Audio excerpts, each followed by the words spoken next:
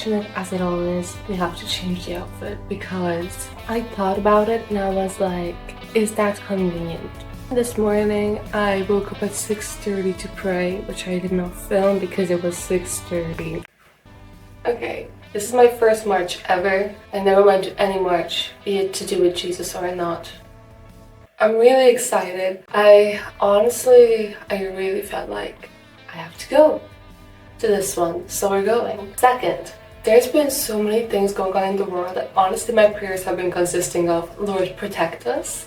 Lord, make sure that we will be safe at the march and go home safe at the march. 3, I'm feeling a bit irritated today by like the smallest things, so that's been really annoying. So I'm praying that that will go away. 4, we have to go. We have to get the train. I ended up wearing a simple outfit, trousers, shirt, cardigan, and I'm bringing a jacket with a hood on because the weather here is unpredictable. I will have so much to clean up when I come home. There's like clothes strewn all over the place because last night I planned my outfit out, which was this, and I was like, God, maybe I should try something else. So I tried this over it. I packed my bag. I have some sugar in here because I need that. I also put my sight in here. My glasses are in here. Also for context, I've been sick for like the past 4 days and now I'm feeling better, obviously, but I woke up feeling sick because I feel like that's just how mornings are when you are recovering. So that's also something I've been praying for this week, leading up to this day, so that I have strength and energy. The way I always say it is, Lord, give me supernatural energy and strength. And he always comes through with that prayer, so try it if you haven't. I'm putting you guys in here, so this is your cover. Swap nationalities today? Yeah, I'm Irish. Yeah, you are. Irish thing. Aww. I had this dream that we jump in the car, we flip a coin, or we follow the brightest star. We'll leave it all behind. Yeah, and I'll just follow your heart. Since we found each other, we'll never get lost. There are no wrong turns when we're together. There are no wrong turns.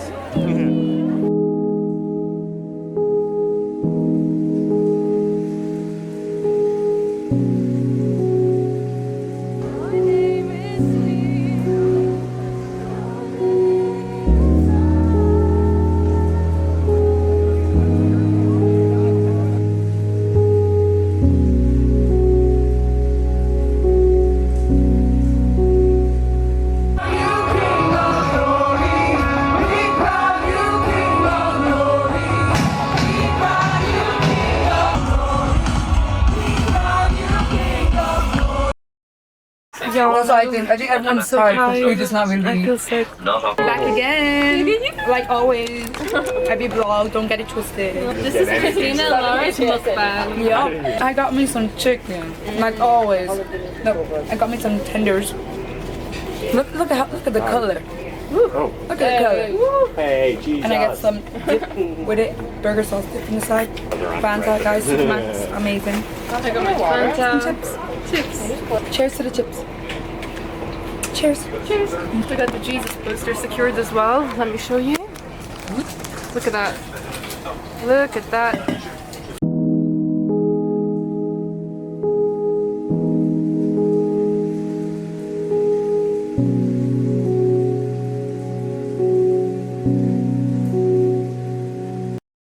It is the day after the march and we're going to do a review. It was super interesting because, you know, a march can be physically seen, however, there's so many things going on in the spiritual and in the mental, individually, in different people, because they're always going through their own journey with God. Starting off, it was amazing. The moment that I stepped into the crowd, seeing the police on the way, by the way, blocking the entire road for our sake, I felt like tearing up, like my heart swelled. I was like, this is for you, Lord.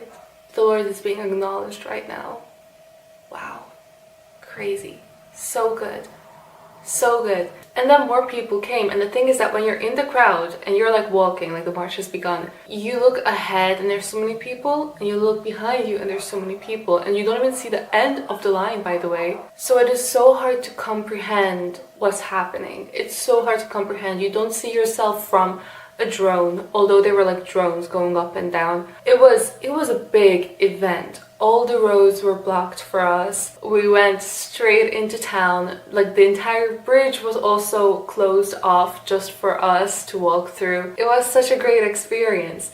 And then at the very end, we were led to this stage, the main stage where we did worship and prayer, which was unexpected. We did not know with my friends that that was going to happen, but it was so cool. It was also really amazing to see the people who are not a part of the march watch the march. And it was really cool because it made some people smile. Other people looked annoyed, which is fine. It looked like some people just wanted to get on their bus and they couldn't get on their bus because there was no road left for the bus. Side note, can we talk about the weather? There was a weather warning. It was gonna be raining the entire time we were there. We were on the train with my friends, and on the way to Dublin, we were discussing the weather. And they were like, it's raining. And I was like, guys, it's not gonna rain when we're there. Like, I know my God. He's not gonna let it rain. Like, he will want to like bring all the glory to himself through his people. And he will use the weather for that as well. Like, just watch. Just watch. And we arrived to Dublin and it's raining. And they're like, Laura, it's raining. And I was like, Lord, don't let me down, because I know how you work with weather. Like, I'm like, I know what you do with weather. Like, sometimes that's just the way you work it. Like, you use weather for your glory. And I really trust it. And I was like, okay, guys, well then watch this. The moment the march begins, the moment people are together, it will stop raining and the sun will come out. I'm putting that down. I could bet money on it. We will not do that though, but I could. Because I'm so confident that God will do that. That's just who I know him to be. So like, happens exactly that way. I got to say I told you so many times. It was so satisfying that day. The sun literally came out like in between the clouds, and I was like, I know the Lord. I know my God. Yeah, so that's the Jesus we serve. That's the Jesus we marched for. Alright, moving on. We are going to get into the emotional / spiritual side of this whole process. The days leading up to this march, I've been experiencing like just battle, spiritual / emotional battle, because I have my own things in my own life that affect that, I guess. So I was trying to figure it out with the Lord this entire time. Lord, what am I doing wrong? And today I asked God to lead this video and to give me the topic. And I had 2 topics in mind, and I was like, God, is that what you want? I don't know, but can you please lead me? So I prayed. And leading up to this day, something that's been kind of planted in by God into my mind was giving. So I am praying on this bed before filming this video, and I'm like, Lord, please show me what's up. What do you want this video to be about? Because I feel like there has to be a topic attached to this march. And what I heard in my spirit was give. Surrender / giving. Now, surrender can sound scary, because if we are surrendering control and our own logic, that can feel like the whole world is collapsing, because it is the smallest thing, which isn't even something honestly, that make us feel like we actually know where something is headed. The focus is off of you, and that can make you feel like you're losing control. The focus is off you, it's on God now, and that can make you feel like, oh my goodness, but I should have my eyes on these other things as well. And with that, I can tell you that is exactly the things that I've been struggling with, it turns out, these past few days, and it just ties in really perfectly with the march. So, we are there at the march, and people are in their heads. Other people, you can tell they are like praising the Lord, like they are there. Other people are present but quiet. Everyone is walking this march differently because we are all different people. And I feel like it is so easy in the middle of all of this to forget what's going on, forget the heart posture behind walking for the Lord, etc., etc. And I think that all of us most definitely knew the entire time that right now we are giving glory to God. The glory is God's. The glory belongs to Jesus Christ himself. This is not about us. And it is so hard to not make things about us. We are always seeking good things for ourselves, but the thing is that sometimes the way we receive good things is by giving good things to God. And through this march we were giving to the Lord physically, but the thing is that we all carry our own baggages. All these people, we all carry our own baggages, and we walk into this march, each of us with our own background stories, brought together by one person, and that is Jesus Christ, God himself. And now we gather for him to give to him. How awesome is that, first of all? That is so cool. And this is the moment where we have to surrender. We have to surrender everything that is hard during this march. Because, let me tell you, my back was hurting like crazy. My back started to hurt so bad toward the end of it that I was like hunching forward to ease the pain. And it's just one of those things where you have to be like, you know what? Get it together, Lara, because this is for the Lord. And this is a physical example. And I'm going to take this topic into our daily life, okay? When I was praying about this topic on this bed, I decided to open the Bible on a random page. And I was hoping, trusting that the Lord would lead me to the right page. I was pretty confident that, okay, God is going to bring me to the page that I'm meant to open. And after he gave me the word about giving, he gives me 1 Chronicles 29 in the Bible, which is an entire chapter about giving to God. How insane is that? So I was like, okay, God, it is confirmed. We're talking about giving. So we are taking this topic now into our daily routines, okay? Verse 1 says that the task is always great when it's given to God. And here they are talking about giving their treasured possessions such as silver, gold, etc., etc., to build the temple of the Lord. But we can also take this many different ways, because we can give God our mind, our heart, our entire being, our attitude, our control, and our logic, our fleshly desires. And it is so comforting to read in verse 1 that the task is great when it's given to God, because this shows us that it's not meant to be easy. We can be so hard on ourselves when we don't have it together. Even wandering off in my head about something that has nothing to do with the march in the middle of the march, I can be so hard on myself. Laura, don't get distracted. This is for God. Remember, you are giving to God. But here it says in 1 Chronicles 29 verse 1, the task is always great when it's given to God. And our mental giving, our physical giving, this relates to all of those ways of giving to God. So be gracious with yourself, because it's not meant to be easy. And also, hold on, because although it's not meant to be easy, it will be such a release at the end. Giving to God brings release. And these past few days leading up to the march, I have honestly been thinking about me. I've fallen into the self-pity mindset trap, but I realized that no, I'm a child of God.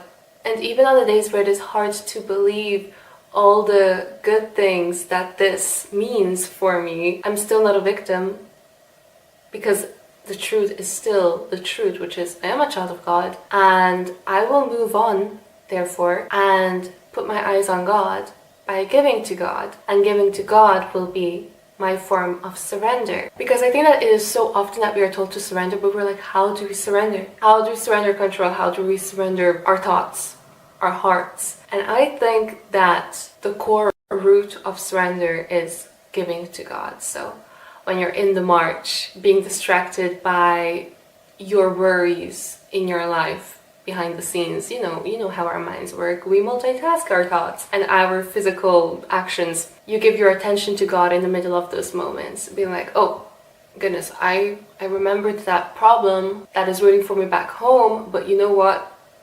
Right now I'm gonna look at God, because this is about God. I'm giving to God. This is for you, God. I am standing here for you, God. I'm showing up for you, God. And when I go home and face that problem, that challenge, I'm gonna give it to you, God.